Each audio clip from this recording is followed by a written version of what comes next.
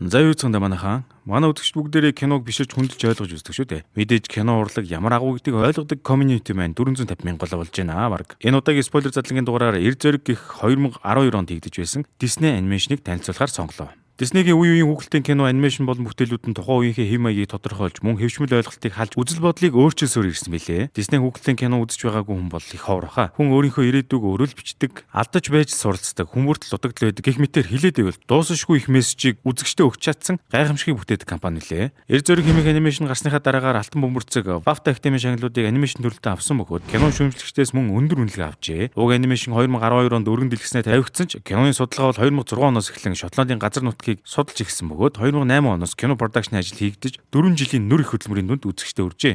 За ингээд кино хуулиуд руу шумбан орцгоё.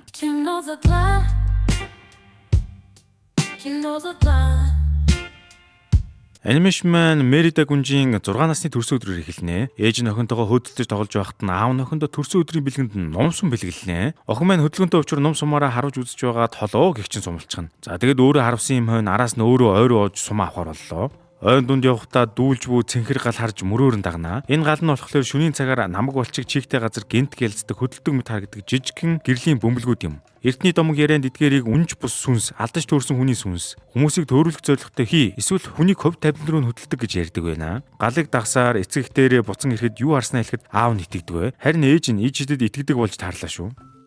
Төрсөн өдөр нь үргэлжилж байхад маш том хүрэн баавга гарч ирэн гүнж болон хатан руу дайрнаа. Хаан болохоор мордуу байна гэж орилоод тулаанд орно. Харин энэ үеэр хатан гүнжийг сундлаад цугтаалаа. Ингэж киноны муу дүр болох мордуутай танилцж байгаа юм. Үйл явдал 10 жилийн дараах руу шилжин хаан мордуутай исэн тулааны үеэр хөлөө алдаж Меридэ маань 3 эрэгтэй дүүтэй болсон байлаа. Гүнжийн амьдрал бидний бодсон шиг амар бишээ. Айлын том хүүхэд учраас бүх үйлдэл нь хяналтанд. Гүнж хэрхэн бие авч явах уу гэсэн сэдвээр ээж нь өдөр бүр хичээл заана. Өглөөнөөс орой хүртэл ээжийнхээ үглэхийг сонсно. Хатан болохоор эмэгтэй хүн ялангуяа гүнж хүн хэрхэн бие авч явах ёстой талаар өөрийн хувиршгүй гэсэн үзэл бодолтой юм байна. Меридэ маань харин өсвөр насн дээр явж байгаа болохоор өөрийгөө олох замдаа л байна гэсэн үг. Хатан ээж нь Меридэгаас их зүйлсийг хүлээдэг юм байна гэдгийг эхний хэсэгт нэлээд ойлгуулж байна. Гүнжийн хувьд эргчлөө өссөн өсвөр насны хүүхэд хөдөлгөөнтэй сэргэл нэг ажээ. Ийм тэсвэр харилцаа хандлагатай хүмүүс хоорондоо нийцэх нь юу л бол доо. Меридегийн маань хүсэл бол эзэнгүү талаар хэрэн хэсвэжлэх юм болов гэмээр хатан давирж мориор давхиж ном сум харуулж өдрийг өнгөргөөд ортондоо буцан ирнэ. Тэр үед гэрийнхэн оройн хоолой идэх гээд ширээ төрөө сууж байлаа. Хаан аав нь өөрийнхөө мордуутай хийсэн тулааны талаар 3 хүүтэй ярин суун. Харин хатан ээж нь захидлуудыг уншин сууж байлаа. Мерид орж ирээд аавынхаа түүхийг үргэлжлүүлж өмнөөс нь дуусгана. Хаантан болохоор ингэж байгаа. Би өөрөө түүхээ дуусгах дуртай л гэж байна. Тэгэхээр хаан аав маань ер нь байнга өөрийнхөө тулааны түүхээ ярьдаг байгаамаа. Хатан ээж нь харин гүнжд хандан гүншнэр ном сумаа ширээн дээр тавьдаггүй маа.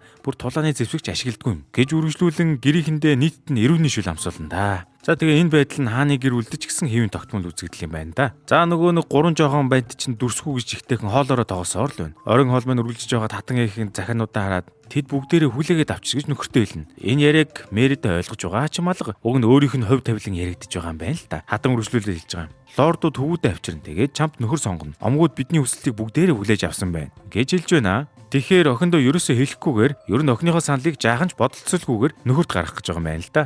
Ийм юм сонсоод охин нуурлан шүү дээ. Гэтэл аав нь бол ямар ч шийдэл гаргаагүй ээж л бүхнийг шийдсэн байж. Тэгээ хэлж байгаа. Энэ бол чиний үүрэг, чиний амьдралын зорилго ухааны юм ярьлаа. Охин бүр үүнийг сонсоод юу гэж дуртай хав дээ. Уурлаад өрөөг орхин гарлаа. Гүнж өрөөндөө уурлан байж байтал хатан ээж нь орж ирээд сургаалын үлгэр ярьж эхэлнэ. Эртээ урдын цагт мэргэн сайхан сэтгэлтэй хаан өөрийн орноо удирдах ус орноо цэцэглэн хөгжүүлж байжээ. Хаан нас бие дээр гарч 4 хүүдээ хаан туусаа хуваан өгч. Гэвч ууган хүн хаан туусаа ганцаараа захирах хүсэлтэй байсан учраас өөрийн хүслээ дагснаас олж хаан туус нь ганхан унж. Гүй тэгээ энэ үлгэр дээр нь тэгж байсан учраас би энэ үлгэрээр шийдвэрээ дагнаа гэхин ч удаа хайшийн Меридэ маань хичнээн дургуслаа илэрхийлсэн ч сонсох гэсэн дааж алга байв. Дараагийн үзэгдлээр хатан хив соён суунаа. Хаан хурж ирэхэд нь түүнд хандаж хэлж байгаа. Охин минь миний үгэнд юусоо орохгүй маа. Юу гэж хэлэхэж мэдэхгүй байна. Хэмээн хэлв. Ер нь бол ээжийн өнцгөөс бол охин хий гэсэн зүйлийг чимээгүй зөвшөөрөө дагаад байж явах хэрэгтэй юм шиг байгаамаа. Үргэлжлүүлээд гэрлэлт бол энэ дэлхийн төгсгөл биш гэж хэлж байгаа. Тэгэхээр уламж сэтгэлгээгээр бол энтэй хамт байхаа шийдэж болохгүй. Гэрлээрээ гэсэн хүнтэй гэрлээд цаашдаа амьдрал хэрхэн өөрчлөгдөх нь хамаагүй юм шиг байгаа. Хатны хаантай ярих ярианаас нь харахад хатан хаантантай сүү тавих үедээ ч бэлэн байгаагүй зүгээр л хөв тавилантайгаа эвдрээд гэрэлтэд хүлээн зөвшөөрсөн тодорхой болно. Хатны харж буй өнцгөөс бол охиноо жаргалтай амьдрахын тулд эрт гэрлж байж л боломжтой юм шиг байгаа. Харин энэ үеэр гүнж өөрийнхөө морьтой ярьж байгаа юм л да. Ээжтэй хэлэх гэсэн үгөө мориндоо яриад байгаа маа бас. Уг нь манай хоёр чинь бие биенээ ойлгох гэж сонсвол болчих гээд байгаа юм л да. Ингээд сүү тархууг сонгох өдөр ирж 3 омгийнхан усан онгоцоор бие биетэйгээ уралдан ирнэ. 3 омгийнхан хөвгүүдэд танилцуулна. Гэхдээ нэг нь ч манай гүнжийн сонирхлыг татсангүй. За тэгээд нөгөө 3 омгийнхан ч өөр хоорондоо нэг нэгнээ үздэггүй байсныг жилхүү зодтолж гарнаа. Энэ бүх зодооник хатан их мэл зогсоосон шүү дээ.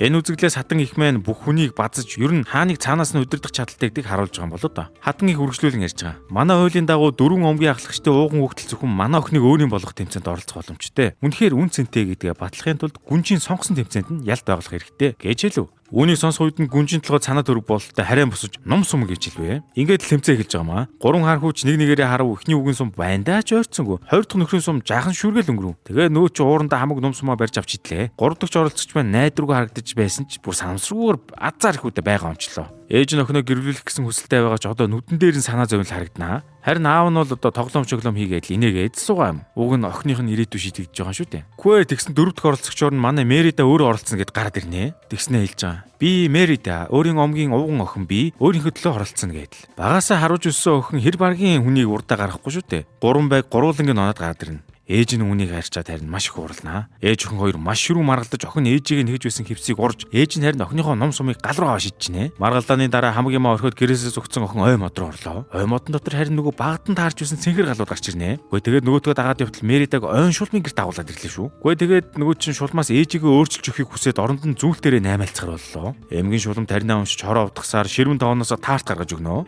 Энэ эмгийн шулам өмнө нь шившлэг тарин ашиглаж байсан бөгөөд тэр нь өөрийгөө 10 хүчтэй болгох хүссэн байж л дээ. Тэр хүн бол Мэридагийн ээжи ярьж байсан үлгэрийн хааны том хүү. Хараалтай таартаа аван ордон руу буцсан гэхэд бүгдээрээ найрлж байна. Мэрида маань ээждээ нөгөө шулмаас авсан таартаа өөрийн гараар хийсэн юмаа гэд ээждээ аваачаад өгчин. За тэгээ ээжигээ өөрчлөлтийг хүлээсэн чи ямар ч өөрчлөлт гардаггүй. Гэнт алхаж байгаа татны бие муудаж эхлэнэ. Тэгэд өрөөрөөгөө ороход бүр сони юм болоод явчлаа. Хатан хаантан маань баавга болон хувирчээ. За тэгээд шуламтай наймаалцах буруу байсныг ойлгоноо охин. Найрж байсан гарууд татны орилго чимээнээр баавгааг нь гэж яваад өглөө. Харин ээж охин хоёр маань нууцаар ордноос гарах гэж нэлээд хүслээ. Аав бол Баавган хаан гэдэг нэртэй мөн эхнэрийн араас ан эхлүүлнэ. Тэгээд гүнж маань 3 хөөрхөндүүдээр очиод бит хоёрыг гаргаад өгөөч гэхэд нөгөө 3 нь мангар сэргэлээ хамаг юмаа зэвссэн гаруудыг өлгөхөн хий хөлгөөд гаргачихж байгаа юм. Ингэж ордноос санд минь зүгтааж гарнаа. Тэгсэн чинь ордонд үлдсэн 3 дүүн таартны үлдсэнийг олоод харчихсан байжээ. За тэгээд ордноос гарсан ээж охин хоёр маань шулмын гэрийг хайн явсаар ороод очиндоо. Гэтэл хоос нь орхой байшин л хүлээж байна. Гэтэл шулман маань бичлэг шиг юм гүнжд үлдээсэн байна. Тэр нь ингэж байгаа.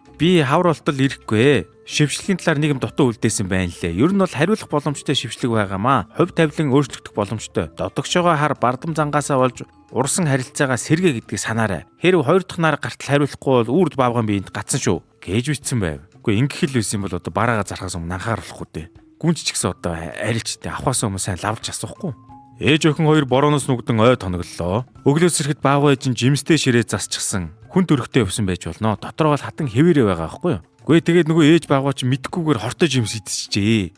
Тэгээ нулимод гаргасан байгаа. Тэгээ ер нь бол эгүүнээ ээээс асуусан бол ингээд хаа муугүй мэдээд явахгүй байгаа юм шүү дээ. Та яа мэдхгүй зүйл гарахаараа энэгнээс асуух зүйл байгаа бол эхлээд эгүүнээ ээээс асуугаад үзээрэй. Одоо бүр эгүүнээ AI 0.5 хөлбөр гарчихсан улам ухаантай болсон байна лээ. Та утгад туслана, код бичиж өгнө, үлгэр зохиож өгнө, орчуулга хийж өгнө, юу л хэрэгтэй тэр бүгдийг нь монгол хэлээр чамд тайлбарлаж өгнө. Тэгэхээр дараагийн удаа ямар нэг зүйл мэдэхгүй бол эгүүнээ AI-аас асуугаарай. За юу. За нөгөө Баавган ч охиноороо загас бариулж иднэ. Бас хөөрхөн бие биенээ халамжлаад л байгаа юм да. Анхнаасаа ийм эвтэй байсан бол ийм асуудал орооцлохгүй байсан шүү дээ. Нэг мэдсэн ээж нэг сонин Баавганы зан аргашин гаргаад эхлэнэ. Охин руугаа дайраад л. Тэгсэн өрөөч мэдлгүй хувирсан байж. Тэгэхээр хэрвээ ээж нь Баавга төрхөндөө удвал доторх зан аргашин хүртэл Баавганаас ялгаагүй болох гэж. Ийхүү эвгүй үннийг олж мэдсэн ээж нь мэдээд маш их айнаа. Охин ээжигээ тайвшруулна. Бараг охин анхны удаа л айж буй ээжигээ тайвшруулж байгаа юм болоо да. Гэнэт цэнхэр галнууд гарч ирэн ээж охин хоёрыг ойн зүг хөтлөнө. Балгас усан цайз дотор явж яваад охин нурангуу унаж энэ цайз нь өмнө ярьсан домгийн хааны цайз байсныг олж мэднэ. Мөн ээжтэн тохиолдсон хараалч гэсэн өмнө нь олж байсан байжээ. Тэгэхээр ойн шулмаас 10 хүний хүчтэй болгож өгөөч гэсэн хүн нь мэрэгэн хааны ууган хүү байсан бөгөөд хараалт хүнийг Баавга болон хуургаж одоо болохоор Мордуу гэж нэрлэгдэж юу Баавга болсон байна л та. Ээж охин хоёр нөгөө шулмын хэлдэг үгүй шүү дээ. Юу гэсэн хэр бардам зангаасаа болж урж хайсан харилцаагаа сэргээ гэдгийг маргалдах үедээ өөрийнхөө урсан хевсийг нийлүүлэх ёстой байна гэж тайлаад ордны зүг явцгаалаа. Цайз руу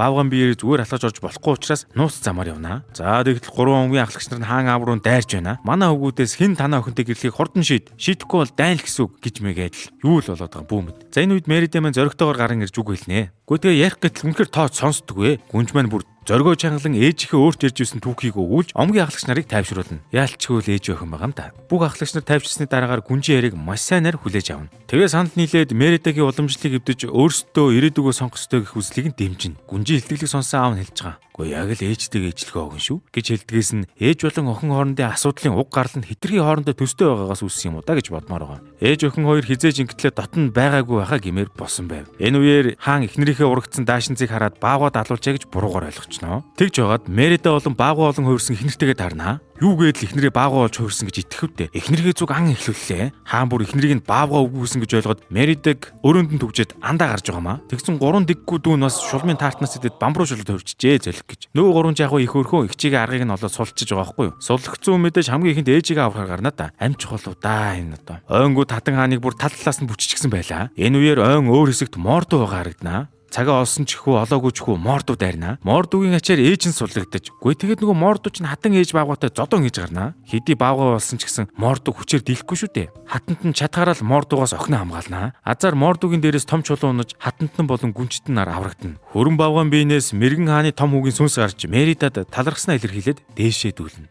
Яг энэ үеэр үүр цайж нар манднаа. Хэрвээ хараалыг хариулж амжихгүй бол ээж нь үрд баавгаан биеинд гацхаар байгаа шүү дээ. Хэрвээ хевсээ нийлүүлж аюул хараал хариулагдана гэж бодож байсан ч юу ч өөрчлөгдсөнгүй. Ингээд Мерида ээжигээ тэрэн ээжээсээ уучлах байна. Та үргэлжил миний төлөө байсан хизээч над дээр бууж өгч байгаагүй. Би таныг буцааж авмаар байна ээжээ гээл уйлан хэлнэ. Нарч мандаж ээж нь харин буцаад хүн болон хувирнаа. Саянхал алж чадчих гээд байсан аав нь эхнэрээ хараад бөөн баяр хөөр. За тэгээд нүцгэн эхнэрээ нүцгэн 3 хүүгээ аваад л ордон руугаа буцсан да. Ингээд одооноос уламжлал эвдэгдэж Мерида маань ингэж л өөрийн хувь тавилангаа өөрчилсөн юм. Энэхүү хүүхдийн кинонд нийгэмд эмэгтэйчүүд тавьдаг хүлээлтийг шүүмжилж Меридагийн тэмцэл зөвхөн хувийн асуудал биш харин соёлын өргөн хүрээний зөрчлийг харуулж байгаа юм. Түүний эрхэмсэг дуулууртай уламжлалыг дагаж байхыг шаарддаг ч тэр адал явдал эрхчлөлөг өөрийнхөө амьдрахыг хүсдэг охин байжээ. Мерида охины эсэргүүцэл бол эрхэн уйсан төвтэй нийгмийн хэмжээг сөрөн зогсох бөгөөд гүнжийн төр төрхийг дахин тодорхойлдог. Уг анимашны хүрэх гэсэн мессеж бол бие даасан байдал гэдэг нь ганцаардахыг бас өөрийгөө тусгаарлах явдал биш ээ гэдгийг хэлж байгаа. Харин эсвэргээрээ өөрийн үүрэг хариуцлагаа хүлээх чадвар, өөрөө асуудлыг шийдвэрлэх чадвар гэдгийг харуулсан байгаа юм. Анимашны төгсгөлд Мерида гүнж үүргээсээ зүхтаах биш харин түүнийг дахин шинжилэн тодорхойлж байгаа юм. Тэрээр ханхуу болон гүнж нар өөрсдийн сонголтоо өөрсдөө хийх хэрэгтэй гэдэг уламжлалыг бий болгож зөвхөн өөрсдийнхөө биш бусдын ирээдүг эрхчлөлтөд болгодог тухай өгүүлж. Эцэст нь хэлэхэд Brave энэхүү кино бол сонголтын эрхчлөлөө ба бие даасан байдлын тухай урам зориг өгүүлсэн ийм сайхан төгөлөө. Энэ нь бидэнд жинхэнэ нэр зориг гэдэг бол зүгээр нэг сэлэн барьж ном сум харуулж мангас өнөөх явдал биш юм аа. Харин өөрийн дуу хоолойгоо олж өөртөө үнж байхад оршдог гэдгийг сануулсан байгаа юм. Ингээд энэхүү киноноос бид бүхэн Мерида гүнжээр дамжуулан өөрсдийнхөө амьдралын зохиолыг тодорхойлж хувь тавилангаа өөрчилж болдгийг ухааруулжээ.